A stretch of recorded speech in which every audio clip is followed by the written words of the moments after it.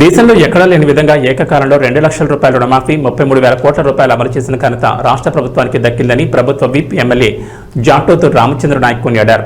మహబూబాబాద్ జిల్లా కేంద్రంలో భారత స్వాతంత్ర్య దినోత్సవాన్ని పురస్కరించుకుని ఎన్టీఆర్ స్టేడియంలో జాతీయ పతాకాన్ని ఆవిష్కరించిన ప్రభుత్వ విప్ పోలీసులు గౌరవ వందనాన్ని స్వీకరించారు. ఈ సందర్భంగా ఆయన మాట్లాడుతూ అభివృద్ధి సంక్షేమం రాష్ట్ర ప్రభుత్వానికి 2 కళ్లు వంటివని, జిల్లా సర్వతోముఖాభివృద్ధికి పాటుపడుతూ జిల్లాను అన్ని రంగాల్లో ప్రథమ స్థానంలో ఉంచేందుకు కృషి చేస్తామన్నారు. జిల్లా పోలీసు యంత్రాంగం కుటుంబ తయారీ విక్రయాలపై ఉక్కుపాదం మోపి కట్టడి చేయడమే కాకుండా గ్రామీణ ప్రాంత యువతీ యువకులకు క్రీడల పట్ల మక్కువ పెంచేలా క్రీడా సామగ్రిని పోలీసులు ఉచితంగా అందిస్తున్నారని తెలిపారు. ప్రభుత్వ ఆసుపత్రుల ద్వారా ప్రజలకు అత్యాధునిక పరికరాలతో మెరుగైన వైద్యం అందిస్తున్నామన్నారు. అర్హులైన నిరుపేదలందరికీ సొంత ఇంటి కల నిజం చేయాలనే లక్ష్యంతో 1 సంవత్సరంలోని 4,50,000 గృహాలు నిర్మించనున్నామన్నారు. రాష్ట్ర ప్రభుత్వం చరిత్రను సృష్టించింది. 2 లక్షల రూపాయల వరకు ఏకకాలంలో రుణమాఫీ చేయడంలో రాష్ట్రంలోని రైతాంగం నేడు పండుగ జరుపుకుంటున్నారు. జిల్లాలో రైతు రుణమాఫీ పథకం కింద మొత్తం రైతన్నలకు ఈ కింది విధంగా రుణమాఫీ జరిగింది.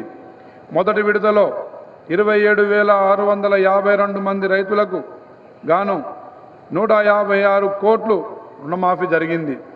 రెండవ విడత 20,426 మంది రైతులకు గాను 2,201 కోట్లు వారికి అందించడం జరిగింది. మూడవ విడతలో భాగంగా 2 లక్షల వరకు రుణమాఫీ చేయడం ఈ రోజు నుండే ప్రారంభిస్తున్నాం. రైతు బీమా పథకం ద్వారా రైతుల జీవితాలకు భరోసా కల్పించాలనే ఉద్దేశంతో 18 నుండి 59 సంవత్సరాల లోపు వయసు గల పట్టా కలిగిన రైతులు సహజంగా కానీ ప్రమాదవశాత్తు మరణం సంభవించినట్లయితే అట్లి రైతు వారసులకు 5 లక్షల రూపాయలు బీమా అందజేసి విధంగా ప్రభుత్వ బీమా సంస్థతో ఒప్పందం చేసుకోవడం జరిగింది. ఈ పథకంలో భాగంగా 2023-24 సంవత్సరంలో ఇప్పటి వరకు జిల్లాల్లో 836 మంది రైతులు మరణించగా వారిలో 705 మంది రైతులకు క్లెయిమ్స్ పరిష్కరించి వారి వారసుల ఖాతాల్లో 35,25 లక్షల రూపాయలు జమ చేయడం జరిగింది.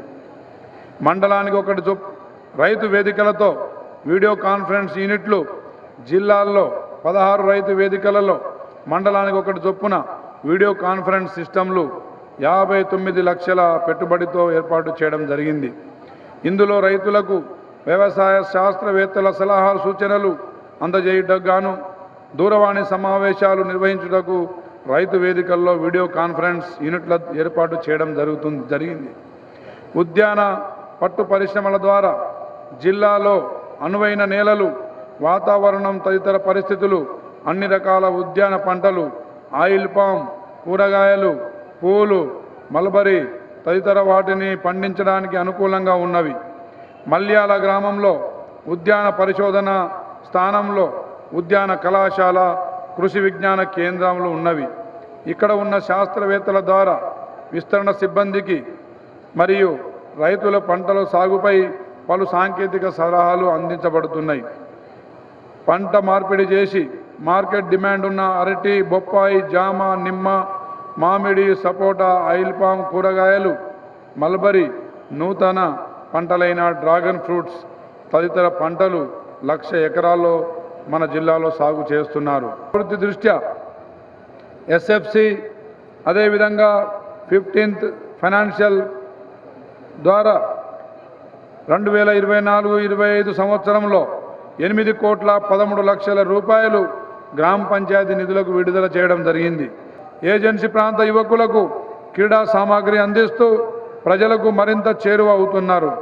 షీ టీం ద్వారా జిల్లాలోని స్కూళ్ళు మరియు కాలేజీలలో మహిళలు మరియు పిల్లలపై జరిగే ఆకృత్యాలను నివారించడానికి అవగాహన కార్యక్రమాలు చేపట్టడం చేస్తున్నారు.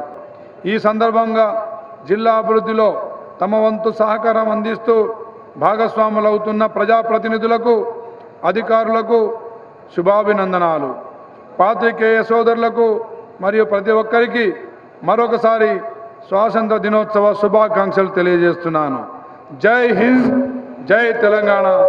మీ డాక్టర్ రామచంద్ర నాయక్, ప్రభుత్వ విప్, డోర్నకల్ శాసనసభ్యులు, మహబూబాబాద్ జిల్లా, తెలంగాణ.